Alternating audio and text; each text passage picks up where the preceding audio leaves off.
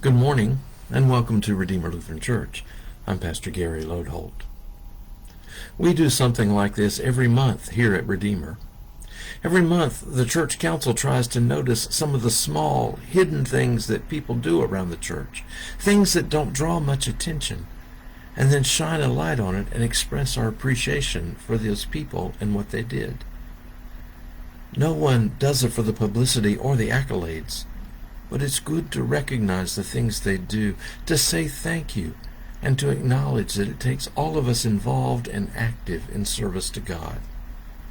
It builds an attitude of gratitude.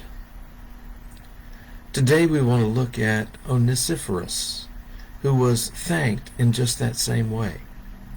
This week we're going to look at Bible people you've never heard a sermon about, and I'll bet Onesiphorus is one of those.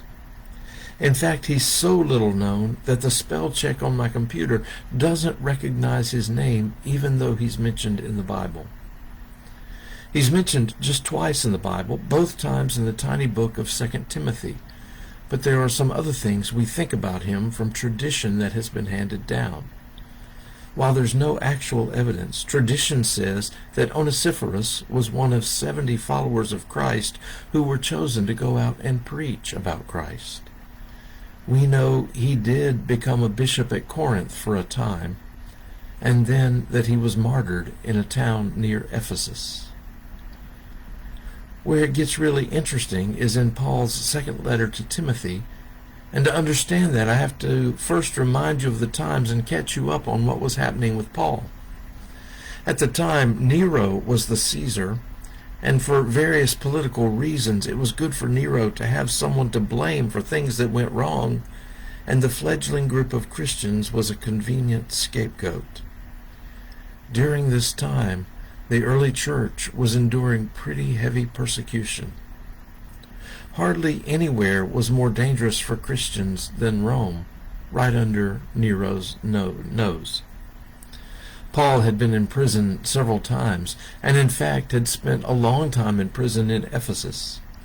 This actually turned out pretty well for us, because while he was in prison was when he wrote most of the letters that we have from him, spelling out so much of our faith. Everywhere he went, in every church he founded, Paul took up a collection for the Christians who were in Jerusalem. And we might understand that. First, these Gentile Christians needed to demonstrate loyalty with Jerusalem, and those Christians in Jerusalem were being persecuted by the Romans and by the Jews.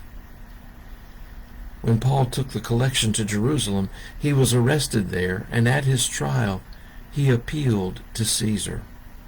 You see, Paul was a Roman citizen, and every citizen had the right to have his case heard before Caesar. Paul didn't really want his case to be heard by Caesar. What he wanted was the chance to appear before Caesar and to tell him about Jesus. If he could convert Caesar, he would convert the whole empire. So Paul was trundled off to Rome in chains. We don't know a whole lot after that. We know Paul was under house arrest and presumably got to preach to Caesar and then was eventually killed. But while he was in prison in Rome, he wrote Timothy a pastoral letter of guidance and help. In that letter he said, "You are aware that all who are in Asia have turned away from me, including Phygelus and Hermogenes.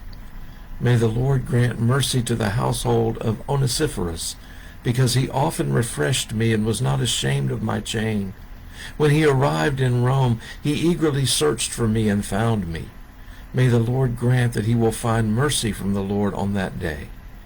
And you know very well how much service he rendered in Ephesus." What we pick up from that is that Onesiphorus had learned Paul was in prison, had gone to Rome himself, and hadn't hidden his faith, but rather searched Paul out and supported him and helped him in prison. Paul is very clear that everyone else had abandoned him, but not Onesiphorus. And what we learn is just how important our help and support for one another is.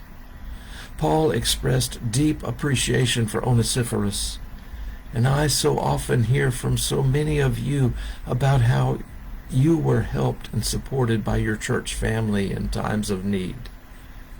Onesiphorus and you didn't just preach the gospel, you lived it out. When this happens, you embody much of what it means to be the family of God. There's one more odd little thing. In the midst of all his greetings in these letters, Paul greets others by name, but he sends greetings and seeks mercy on the household of Onesiphorus.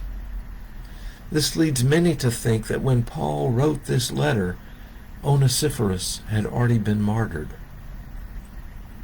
I'll bet you have never heard a sermon about Onesiphorus, but perhaps you have experienced it in the love and support of others. Perhaps you have lived it on behalf of others. We can give thanks.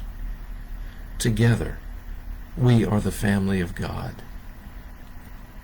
Thanks for watching, and remember to let this day belong to God.